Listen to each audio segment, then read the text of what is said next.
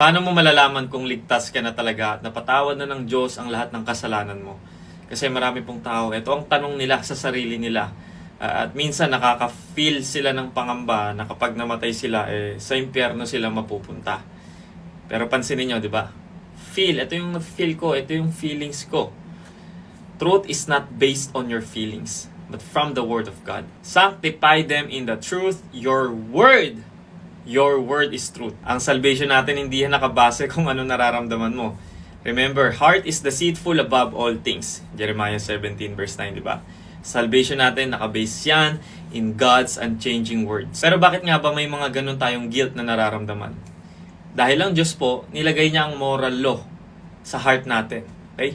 Knowing what is right and what is wrong. Conscience. Con means with, science means knowledge. At doon niya tayo i-judge, even yung mga unbelievers. For when Gentiles who do not have the law, by nature, do what the law requires, they are a law to themselves, even though they do not have the law.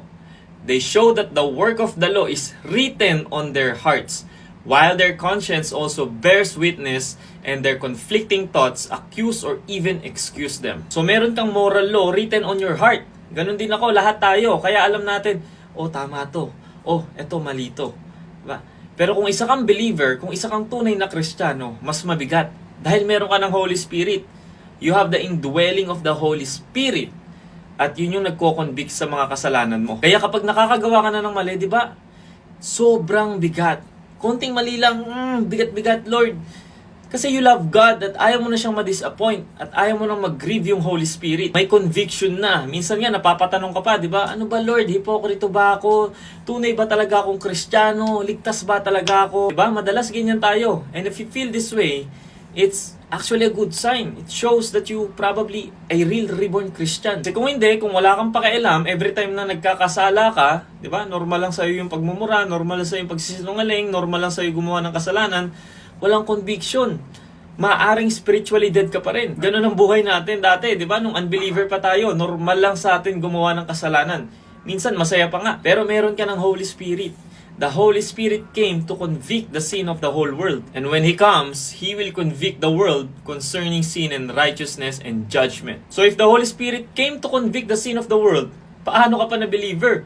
Nasa iyo ang Holy Spirit. He lives in you. You are the temple of God. Do not grieve the Holy Spirit of God, by whom you were sealed for the day of redemption. Ang ganda ng verse na to. Tingnan niyo yung word na sealed. Ito pa yung isang favorite ko na verse. In Him you also, when you heard the word of truth, the gospel of your salvation, and believe in Him, were sealed. Sealed with the promised Holy Spirit, who is the guarantee. Ayan, yung word na guarantee. Tiyak of our inheritance until we acquire possession of it, to the praise of His glory, para sa Kanyang glory. Nakita niyo yun? Minsan nakaramdam tayo ng doubt, ng guilt, ng condemnation. Pero Word of God lang talaga eh. Babalik ka lang sa Word of God. Napakaganda ng promise ng Lord, di ba? You are sealed. The promise of Holy Spirit, guarantee until we acquire possession of it. Oo, minsan nagigibin tayo sa sin, nagkakasala tayo, pero katulad lang ng pamilya dito sa mundo. Diba? Pag nagkamali tayo sa mga magulang natin, pinapatawad pa rin tayo. Paano pa? In the same way. Diba? We are adopted into God's family. Sa John chapter 1 verse 12. But to all who did receive Him, who believe in His name, He gave the right. Binigyan niya ng karapatan para maging to become children of God. The moment na nanampalataya ka at natanggap mo ang banal na Espiritu, anak ka na ng Diyos. At ito ang pangako ng Diyos. And this is the promise that He made to us. Ano daw? Eternal life. Whoever has the Son has life. Whoever does not have the Son of God does not have life. Titus 1:2, in hope of eternal life, which God, ano sabi? Who never lies. Hindi nagsisinungaling ang Diyos.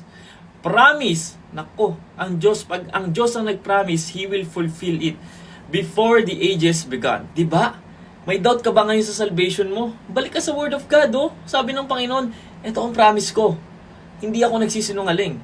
This is my promise. I will fulfill this. Eternal life for those who believe in Jesus Christ. Woo! John 10:28.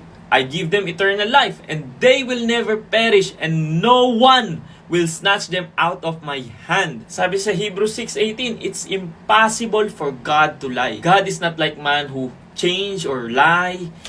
When He promises, He fulfills. At ang Holy Spirit ang assurance natin doon. The Spirit Himself bears witness with our spirit that we are children of God. Normal lang po na at times you feel unsure.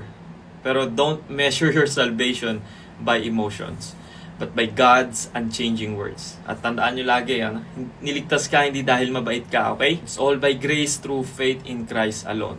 Pero kung tunay na ligtas ka, makikita yan sa buhay mo. Yung pagbabago sa buhay mo. There's a desire for holiness, obedience, prayer, and love for God. Amen?